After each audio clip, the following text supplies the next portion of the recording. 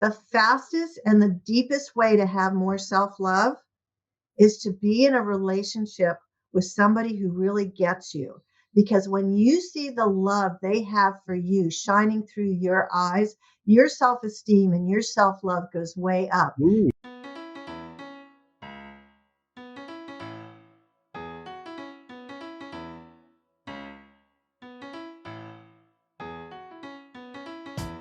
83% of Americans identify as not very happy, which can hold you back and negatively affect your relationships and your business. On this podcast, we discuss the proven steps to happiness so you can restore balance and rekindle your joy.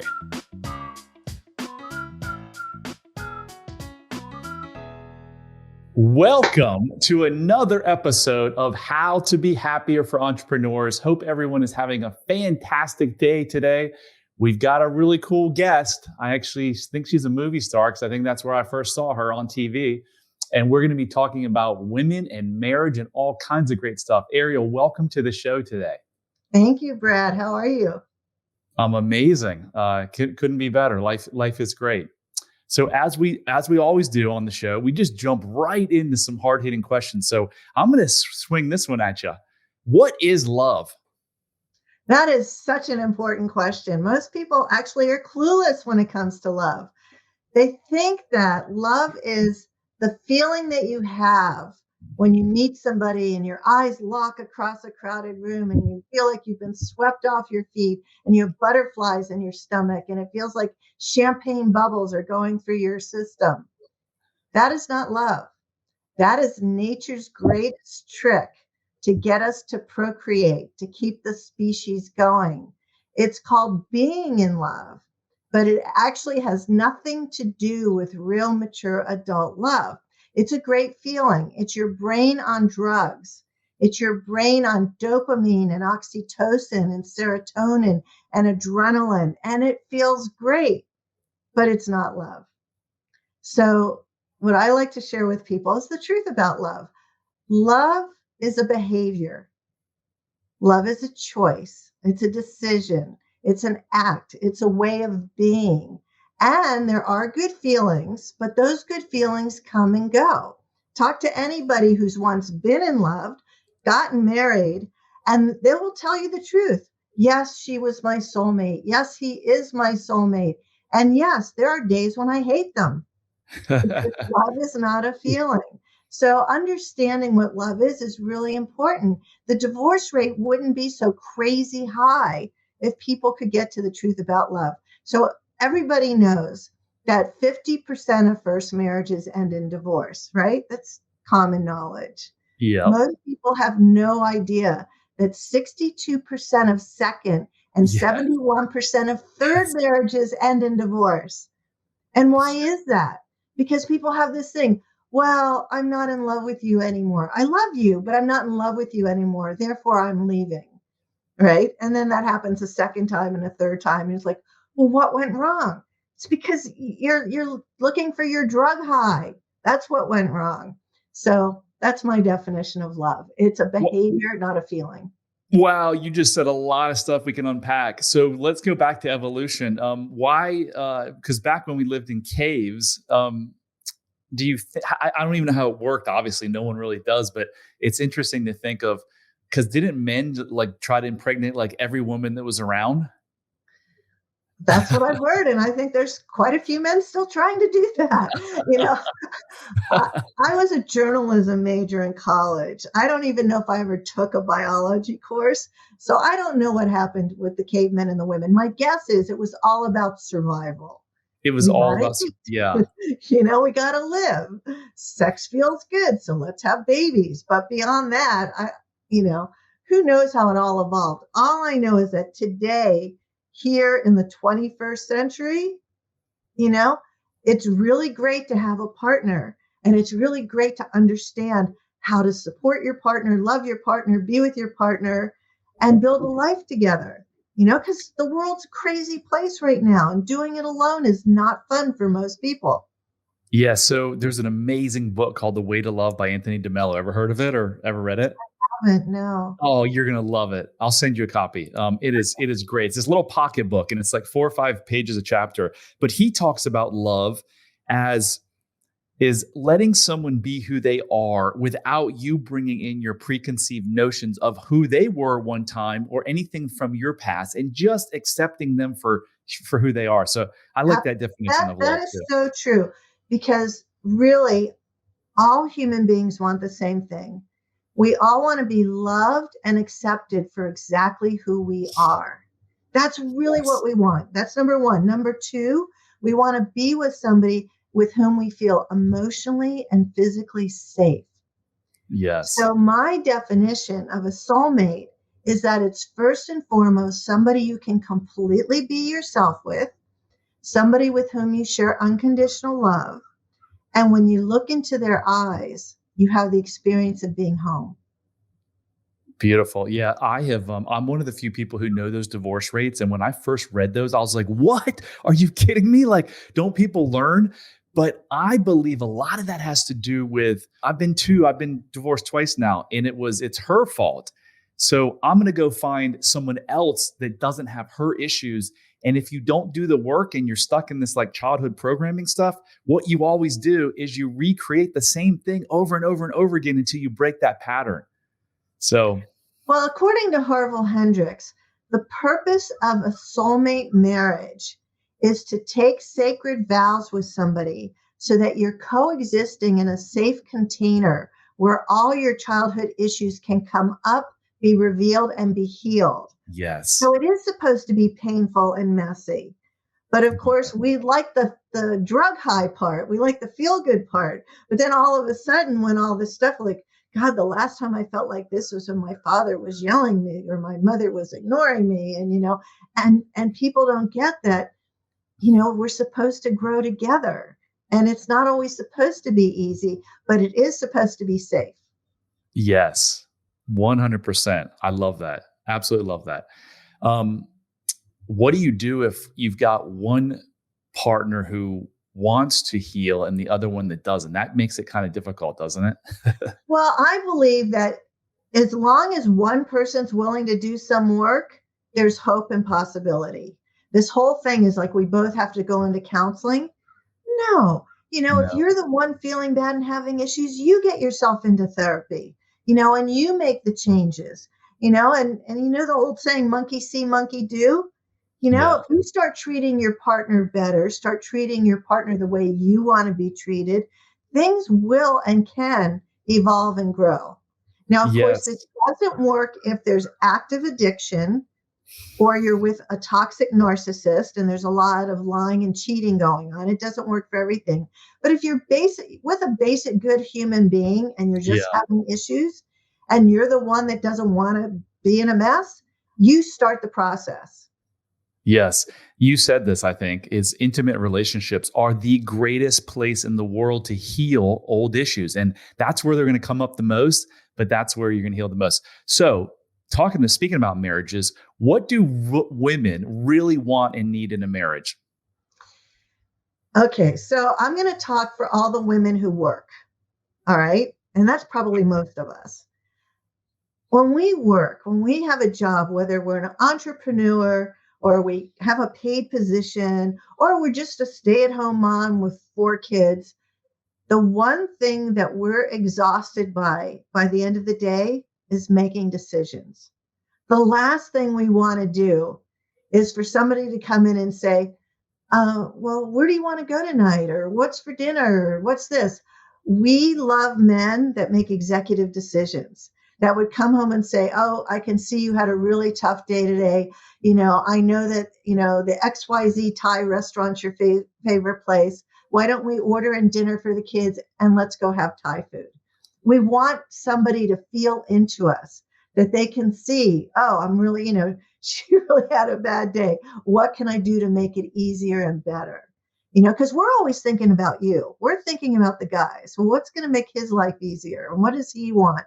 And I know he likes things done this way, but we really appreciate it when the guy goes, oh, yeah, let's see. Why don't we go do this? And starts taking charge and making decisions, not being bossy, but making decisions. Is that, does that have anything to do with the masculine and feminine in a relationship? Well, I would have answered that question differently a few years ago and said yes.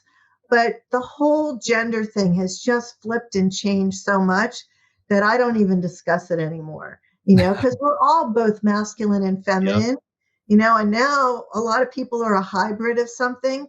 So I know there's some biological rules about masculine and feminine, but everything's changed so much. I think we got to stay focused in our own little unit, like what do I want and what do you want, and I just read a huge article, I think it was in the New York Times, about what's happening in the whole dating scene. Because even though, and it was all about who pays for the first date.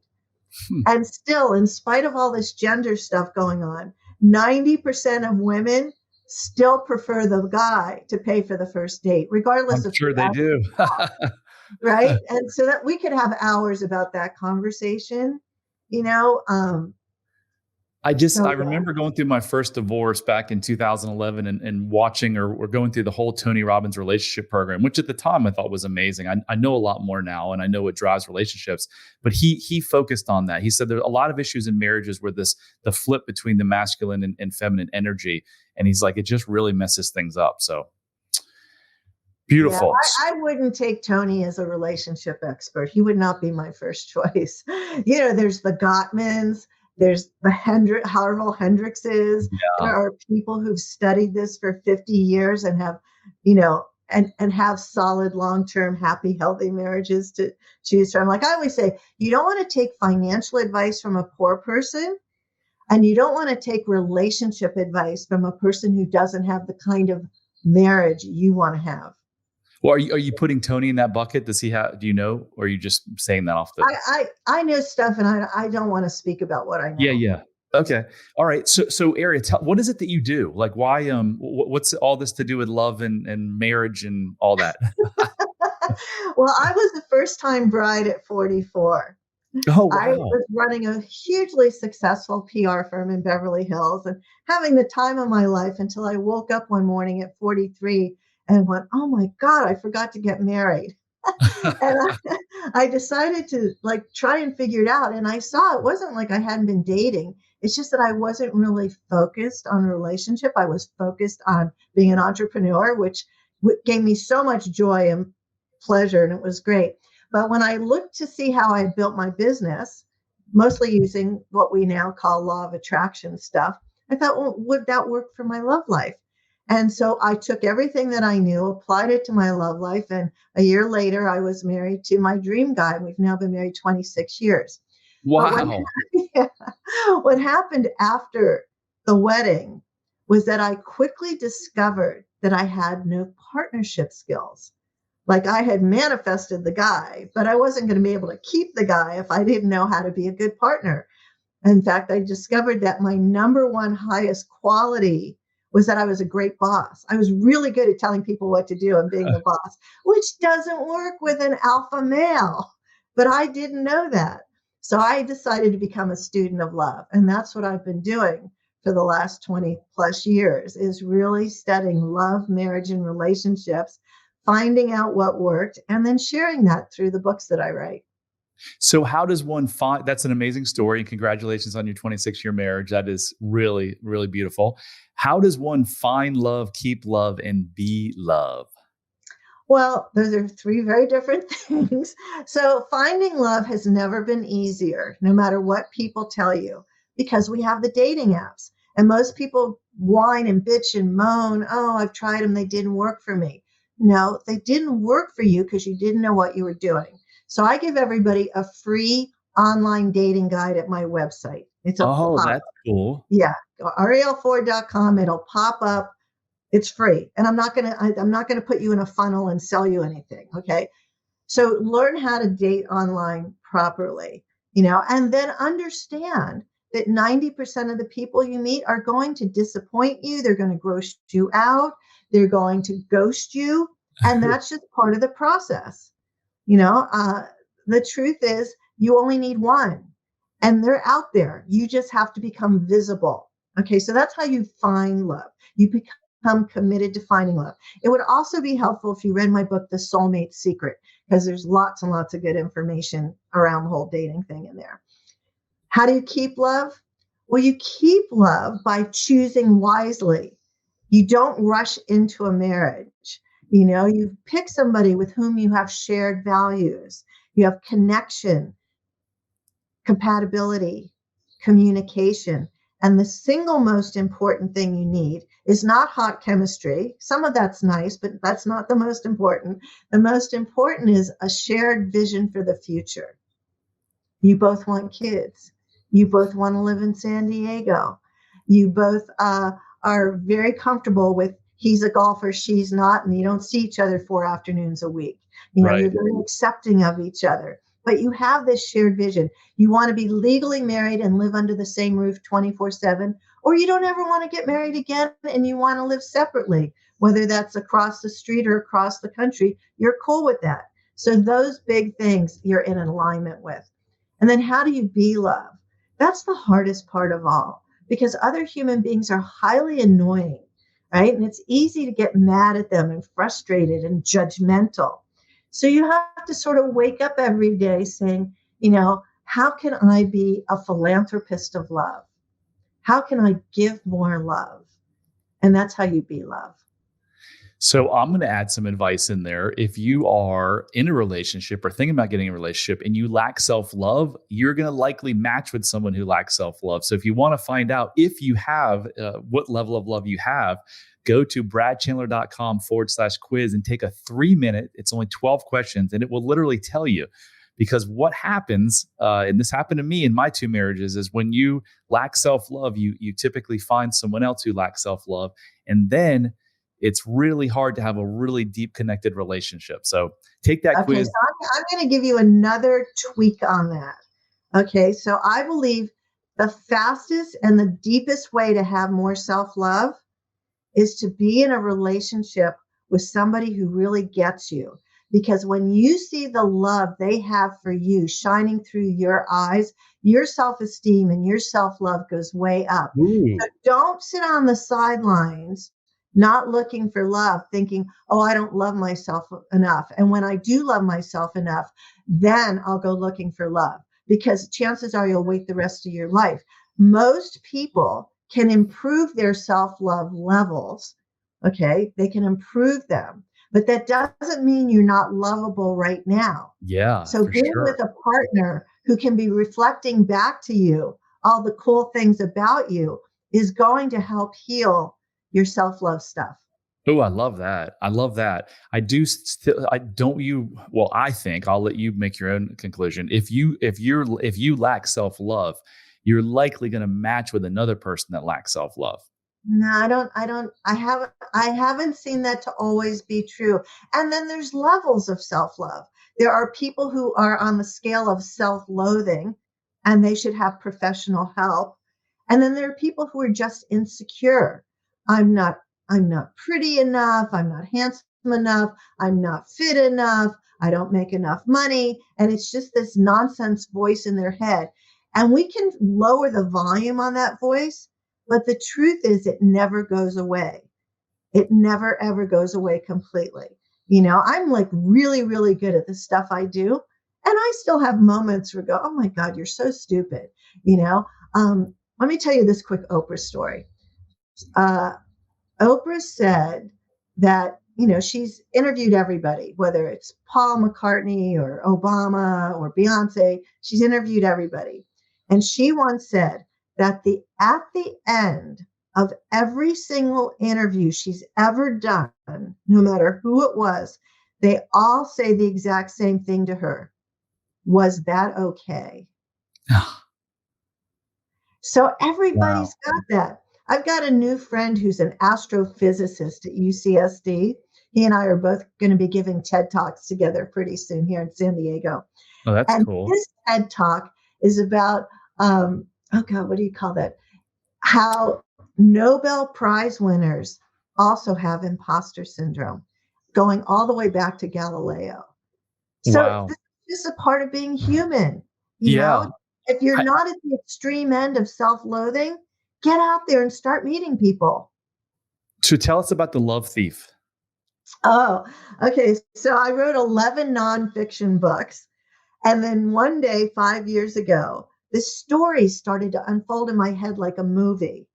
And I could see that it was a novel sort of knocking on the door saying, write me, write me. And I was like, no, go away. I never, ever had the thought I should write a novel. But the story wouldn't go away. So I spent 5 years writing a book called The Love Thief.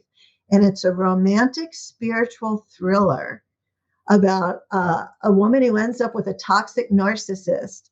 And at the end of the day, karma reigns supreme. This really nasty bad guy really gets it. So it's a very fun book. People are loving it.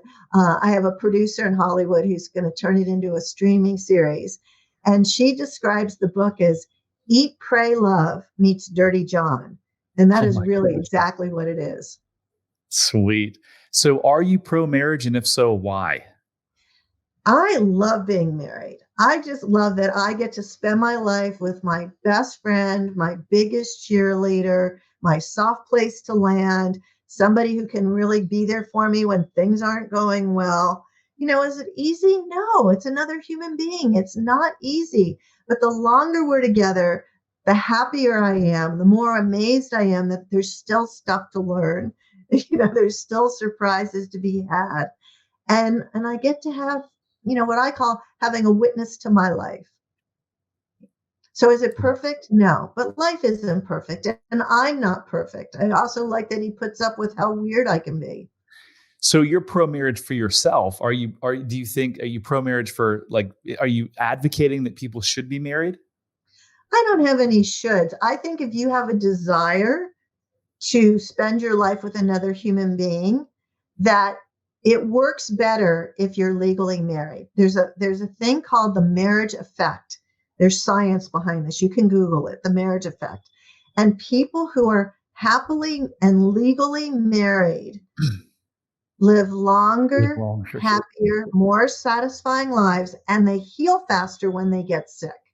So if you're just living with somebody, you don't get any of those benefits. Even if you're in a happy, committed partnership, you do not get the benefits that the marriage effect has proven works.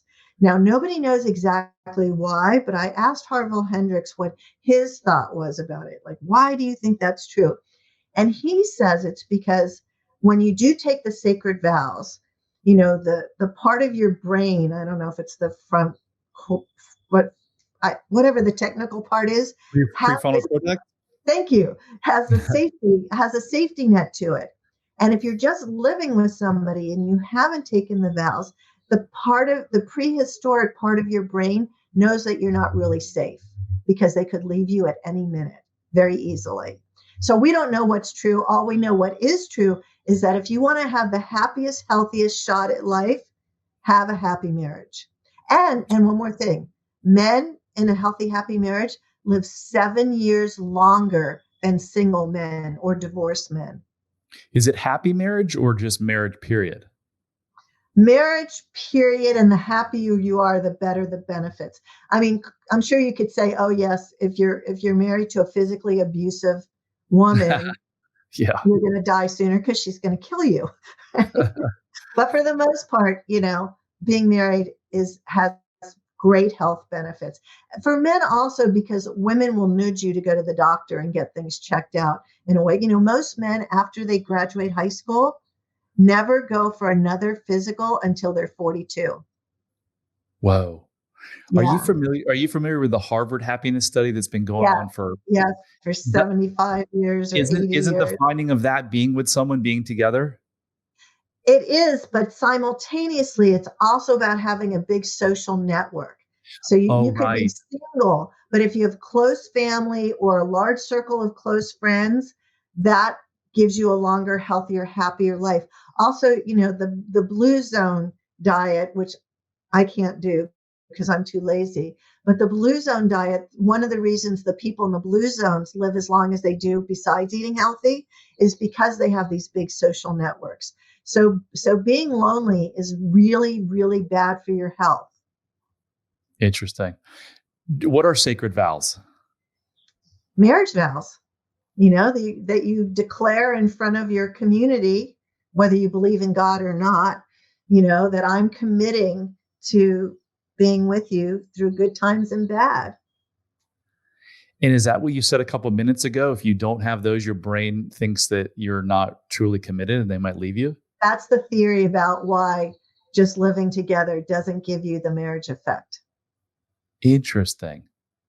Because my first wife, I pushed off marriage a long time, and I can remember knowing that I felt safe, knowing that I could leave at any point in time.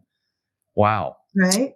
That's Now interesting. they also show that, you've seen couples who lived together for 10 years and they were crazy about each other and it was great. And then they got married, they took the vows, and 2 years later they're divorced. And Harville Hendricks says that's because now, after 10 years of living together, now they took vows and now all their stuff came up. And the stuff had never come up before. So they hadn't worked through it. And that's why it didn't last. Wow. So I have this theory when I see people, married couples have been together for years, that they start to look like each other. They do. Just like people start to look like their dogs and vice versa. I don't know the science behind it, but it's true. So Arielle, is your goal to be happy? No, not at all. It used to be my goal. For a long time, I was always pushing for happiness.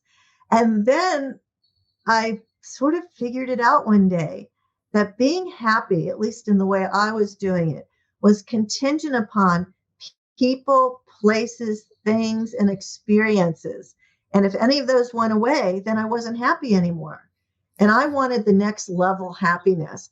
And I discovered it through an old teacher of mine, and I found the word for it. In Sanskrit, there's a word called santosha. Santosha. And santosha means utter contentment. So when you are in the state of santosha, you are perfectly content regardless of the experiences. And that's what I want to be, santosha. How does one get there and stay there? Well, you don't. It's a dance. It's a choice. Something annoys you, something comes up, something's, taking away your happiness and your joy. And you have to just accept that this is what's so in this moment. Can I just be with it? And if there's something you can do to impact it and change it, great. But just accepting what is. Now, I have to tell you, the older you get, the easier that gets. I'm 71 now. All right. And what I've discovered is that I can let go of stuff a whole lot faster. And part of the reason is my memory's gotten bad. So when I come across somebody oh yeah, I used to not like her, but I can't remember why. So I'm just going to start over with her or with him or whatever it is. So Santosha's, I think, what there is to shoot for. Now, do I like being happy? Of course I like being happy. But of course, the things that make me happy are smaller than they used to be. It used to be about, the client, the book deal, the car, the vacation, and now it's more about what time can I get into bed? So you just said something. You said that your memory lapses and you don't forget why you didn't like someone. And so you like them. That's kind of the definition of love, right? Is if we could all, if we meet someone and they're rude to us, we as human beings so often want to define that person as, oh, they're a rude person. But haven't we all been rude at some point in our life? If we can just look at other people and say, does one time really define them? And are they capable of change? Yes. Then we might live in a world where there was a lot more love and forgiveness. Yeah, it's a big thing, love and forgiveness. And it's a daily practice. You have to choose it, and if you're with a rude person, you just kind of have to say, he or she must be having a really bad day. Or they're just a curmudgeon, and then you can laugh about it. Yeah. Or they have pain, they have unresolved Right? hurt that they've never been able to deal with or don't know how to deal with it. So besides being a movie star and a book, a best-selling book author, what do you do to deliver the love and the marriage and the happiness stuff? Do you coach people? I sometimes, I used to coach people a lot. I'm doing less and less of it these days, mainly because I like to be successful at what I do. And coaching people is really hard because most people don't want to do what it takes to be successful at what they're trying to do, especially when it comes to finding love. Everybody's got this thing, I just want it to happen organically. Yeah, it happened organically in the 50s. Okay. It doesn't happen organically anymore. So if you want to keep waiting, don't complain to me that you're turning 80 and you're alone. So these days, I really love writing my newsletter. I send out a free newsletter every Tuesday that is just whatever I'm thinking about in the realm of love and marriage and stuff like that. And I read a lot. I love reading, and I hang out with my husband, and life is a lot simpler these days. I love going to the movies. I just saw the Bob Marley movie. Oh my God. I did too. So I good. took Isn't it great? I took my daughter Sunday night. Yeah, it was really, really interesting. Yeah, it was great. Now there's a guy who really walked the path of love, right? Yeah, I'm a huge fan of Bob Marley, and I'm a huge fan of Jamaica. I think I've been there more. I've traveled there more places than I think I've been there like 13 times. I love that country. I love the people. I love the food. I love the culture. It's just a wonderful place. So, Arielle, as we wrap up here, how do people find this amazing newsletter? And you said this. I'm actually going to go because I'm not on dating apps anymore. But my life partner and business partner now, we've been together almost 18 months, and we both were like, we're done with apps. And that was the last person that we contacted each other through the app. So I'm going to go look at that because I'm just curious what you have to say. But where can people get your guides, your books, your newsletters? My website, arielleford.com, is the best place to find me. And you can get the online dating guide. There's links to all my books. If you're in a relationship and you want to improve it, I've written 2 books. One's called Wabi Sabi Love, and the other one's called Turn Your Mate into Your Soulmate. So they both have really helpful information. And if you're single, The Soulmate Secret is still sort of my all-time international bestseller on how to find love. And other than that, I'm just around. I'm on Instagram, Arielle Ford 44. But yeah, I'm just beautiful. That's awesome. Well, that was a lot of fun. So thank you for being here. Thank you. As you know, I'm on a mission to help 1 million people find freedom and happiness by reversing these programming that usually come from childhood. So if you like this show, can you please share it with your friend? Can you please rate it? Can you review it? Anything you can do to spread this message of self-love and love healing all, that would be amazing. So that concludes another episode of How to Be Happier for Entrepreneurs. Until next time, remember, love heals all. Thanks, Arielle. Thank you. Hit subscribe if you don't want to miss out on more life-changing content. And if you're struggling, you don't have to. Go to bradchandler.com/contact. There, you can join the Facebook community of like-minded entrepreneurs, and you'll see a button to schedule your freedom and happiness call. See you on the next episode.